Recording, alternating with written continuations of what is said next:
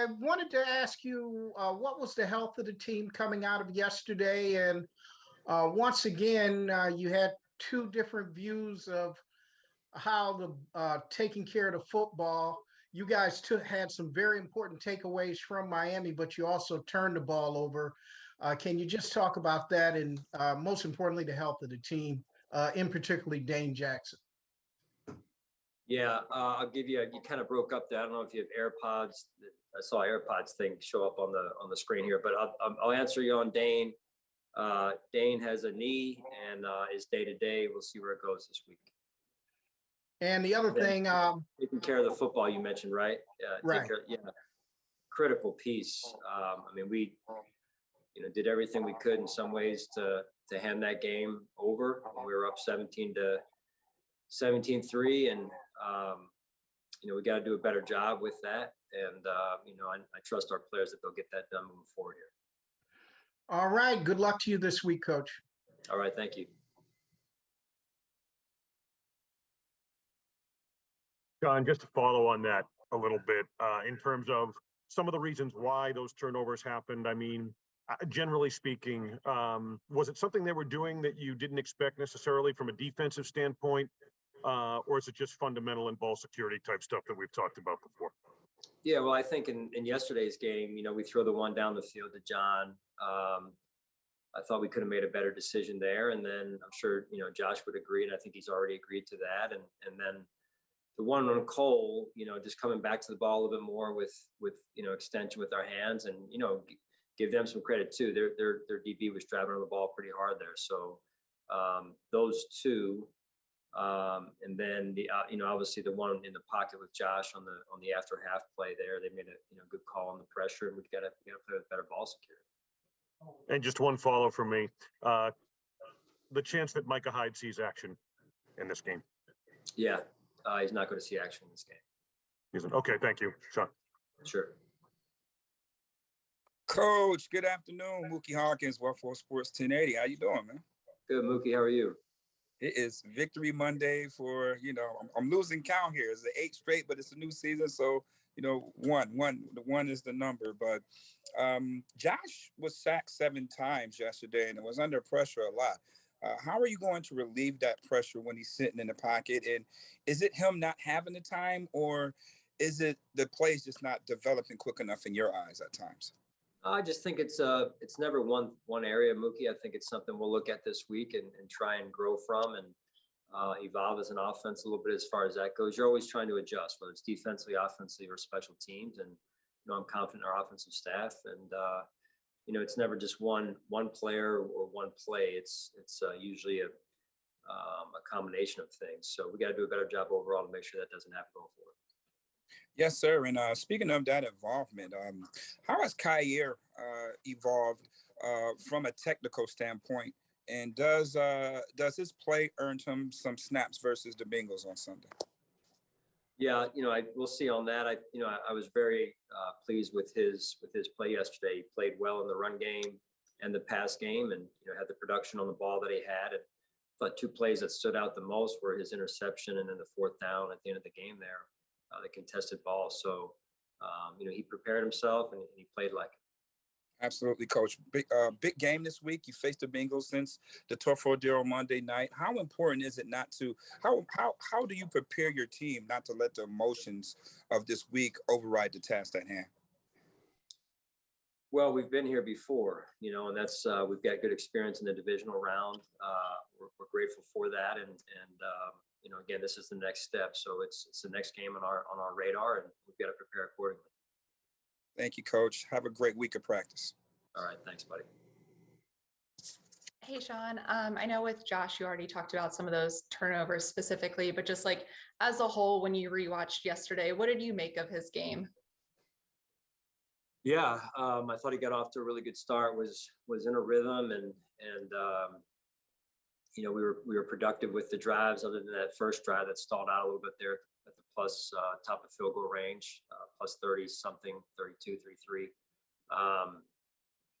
And so overall, I thought we were into a good rhythm. And then we had the that one errant throw down the field there that led to that turnover. And from there, I think the momentum really changed. And so, but I was really proud of him and the way he got it back, to lead the team on, I think it was two more touchdown drives after that. That's hard to do. And I was very impressed by that. With Christian Benford being back, I know it's been a little bit since he was back from IR, but just what have you seen out of him and coming back, and if he is needed, if Dane's still kind of day-to-day, just where is he at right now? Yeah, he continues to get himself ready to go, and he's an option for us if Dane is, like you said, if Dane isn't able to make it. Thanks. Sure. Hey, Coach, how has the respect towards the Bengals grown over the last couple of weeks, just with everything that, Zach Taylor's done to support you guys, and, the city of Cincinnati as well, with the hospital staff and just everything that community has helped bring support over the last couple of weeks with DeMar Hamlin? Yeah, the game of football is obviously big, and the playoffs are big. I think what we learned about the NFL through all of this, as well as our world, is that life and human life is more important, right? And it takes precedent. You want to keep your eyes on the big picture at all times, and have proper perspective on things. And I think that's important. And as I said before, Zach and his staff, the players, their captains, were all first class in the way that they handled it and supported us through it. So we'll forever be grateful for that. Thank you.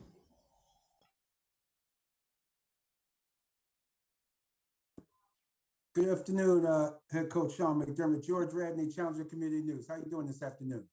Good, George. How are you? Doing all right.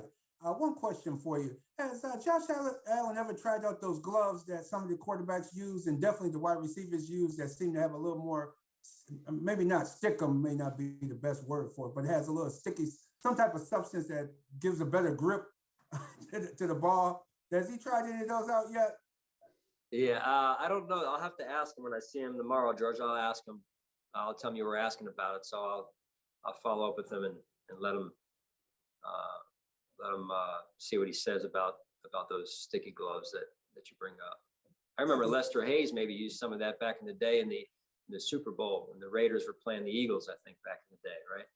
No, he used the real stickum. The real stickum all over his body. Yeah. He didn't have a glove. He used the real stuff. Yeah, I see we both from the same era there. Yes, indeed.